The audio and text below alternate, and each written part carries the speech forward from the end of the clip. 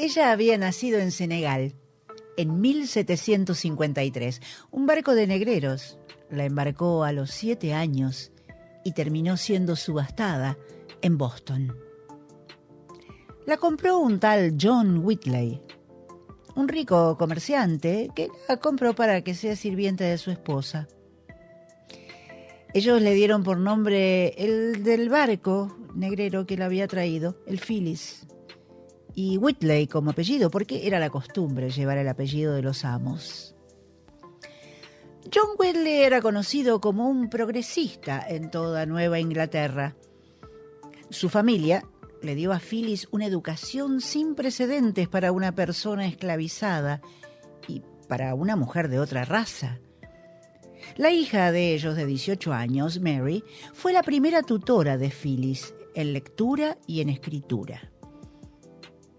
A los 12 años ya leía clásicos griegos y latinos y pasajes difíciles de la Biblia. Galeano la citó así en su libro El cazador de historias. A los 13 años ya escribía poemas en una lengua que no era la suya. Nadie creía que ella fuera la autora. A los 20 años, Phyllis fue interrogada por un tribunal de 18 ilustrados caballeros con toga y peluca. Tuvo que recitar textos de Virgilio y Milton y algunos pasajes de la Biblia, y también tuvo que jurar que los poemas que había escrito no eran plagiados. Desde una silla rindió su largo examen hasta que el tribunal la aceptó. Era mujer, era negra, era esclava, pero era poeta. Así termina Galeano esta semblanza. Y digamos que los Whitley la contactaron en Londres con el alcalde y con una condesa influyente en ese momento en las artes y las letras, porque querían promover la publicación de sus poemas para que Phyllis pudiera efectivamente demostrar sus virtudes. Y así fue que el primer libro de poemas salió en 1773. Qué épocas, ¿no? Y poco tiempo después de esa publicación, en ese mismo año, los Whitley le otorgaron a ella la emancipación. Finalmente era libre.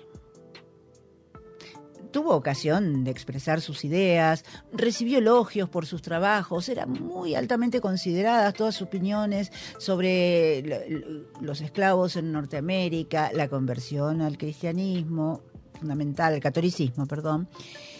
Pero si bien era considerada en el entorno, fueron tiempos muy difíciles. Sí, se casó, tuvo hijos que nacieron enfermizos, murieron muy pequeños. Su marido la abandonó y fue encarcelado después por deudas, y así ella tuvo que salir a trabajar como doméstica, algo para lo que no tenía habilidades. Había sido formada en las letras. Cuando fallecieron sus mentores, los Whitley, sola financiar una publicación que se hacía con suscripciones, con aportes, era muy difícil. Y si bien no alcanzó a hacer un segundo volumen de poemas, algunos sueltos se publicaron en periódicos de la época. Enfermó y murió en la pobreza con solo 31 años. Phyllis Whitley fue la primera escritora afroamericana en publicar un libro en los Estados Unidos. Una de las 3 esculturas del monumento conmemorativo a las mujeres de Boston la recuerda en homenaje. Qué cosa, ¿no? Uno podría decir, caramba, qué brillante, qué oportunidades que tuvo en la vida para poder desarrollar su capacidad intelectual, pero qué terrible que haya tenido que perder la identidad, ¿no? La identidad de su raza, de su color, de sus orígenes, de su lengua. En fin, da para pensar. Pero Philip Whitley lo logró.